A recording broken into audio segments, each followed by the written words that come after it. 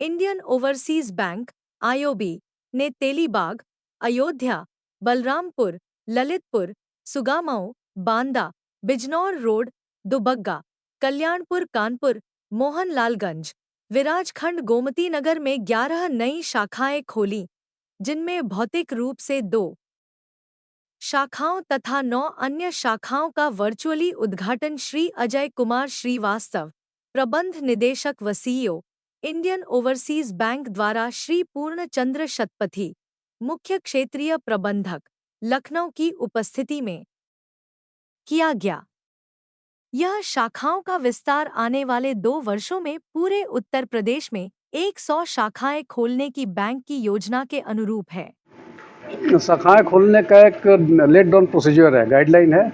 उसके हिसाब से जो प्रोसेस है, अखबार में हम लोग एडवर्टीजमेंट देते हैं, ऑफर्स इनवाइट करते हैं, फिर हमारी टीम विजिट करती है, जगह देखती है कि सूटेबल है कि नहीं है, कस्टमर्स के लिए जो बैंकिंग हॉल है, पार्किंग स्पेस है नहीं है, तो ये सारी तमाम चीज़ें देखते हुए हम लोग, और बैंक के लिए बिजनेस प्रोस्पेक्ट्स क्या है, उन तमाम चीज़ों को देखते हुए हम लोग शाखा का चयन करते हैं और फिर उसको कंप्यूटर वगैरह लगा के लाइव करके और अपने प्यारे जो ग्राहक लोग हैं उनको सेवा देना शुरू कर देते हैं।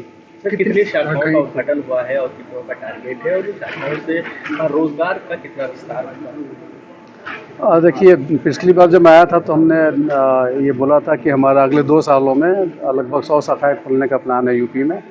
उस कमिटमेंट के तहत हम लोगों ने आज 11 शाखाएँ खोली हैं एक साथ ही यूपी में।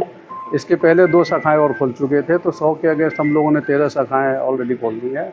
और आगे जाते हुए हमारा प्लान यही है कि अगले 2 सालों में हम लोग 100 या 100 से ज़्यादा शाखाएँ खोलेंगे, जहाँ पे कि पर्याप्त बिजनेस स्कोप है और ग्राहकों को सहूलियत मिल सकें। एक मिनट, और जो एम्प्लॉयमेंट जनरेशन की बात है, जब शाखाएँ होंगी तो वो हम लोग लोन भी देंगे, लोगों को लेंडिंग करेंगे, तो लेंडिंग करेंगे तो रोज़गार बढ़ेगा, इंडस्ट्री आएंगी और उससे फिर रोज़गार बढ़ेगा।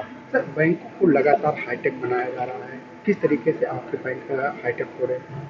हमारे बैंक आप जिस भी तरीके से इमेजिन कर सकते हैं, जो भी टेक्नोलॉजी अवेलेबल है सिस्टम में, जो भी कस्टमर आज के ज़माने में क्या है कि कस्टमर्स बहुत एनलाइटेंड है, उनको पता है कि क्या चाहिए। और बैंकों में क्या होता है कि हमने 1 महीने पहले जो चीज़ लॉन्च की समझ के कि बिल्कुल लेटेस्ट है, वो आज की डेट में पुराना हो जाता है क्योंकि नई चीज़ आ जाती है। तो हमारे पास एक टीम है, R&D करती है, वो पूरे मार्केट पे नज़र रखती है, ये देखते हैं कि क्या नई चीज़ें आ रही हैं सिस्टम में, क्या नया आ रहा है, क्या कस्टमर्स की नई रिक्वायरमेंट है, उसके हिसाब से हम लोग उससे फटाफट काम करके प्रोडक्ट लॉन्च कर देते हैं। ये 24/7 प्रोसेस है। सर, अगर ग्राहकों की से बात करें तो कितनी उनकी मानसिकता में बदलाव आया, क्या कुछ वो अपडेट चाहते हैं बैंकों से?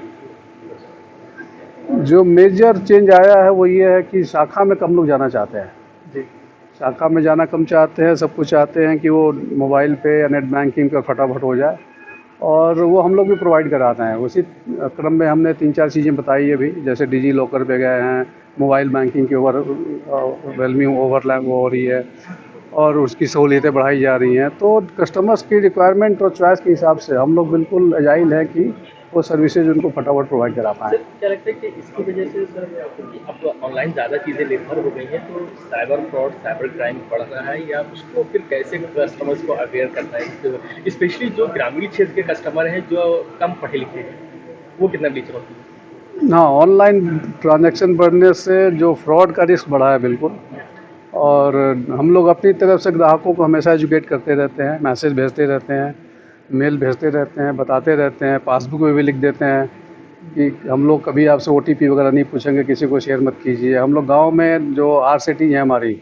उनके थ्रू हम लोग ट्रेनिंग प्रोग्राम्स करते हैं, वहाँ पे भी गांव के लोगों को बताते हैं ये सारी चीज़ें। और जो मेजर होता है, जो थोड़ी बहुत छोटे वाले ट्रांजेक्शन्स पे UPI पे ज़्यादा होता है आजकल, जो देखने में आया है।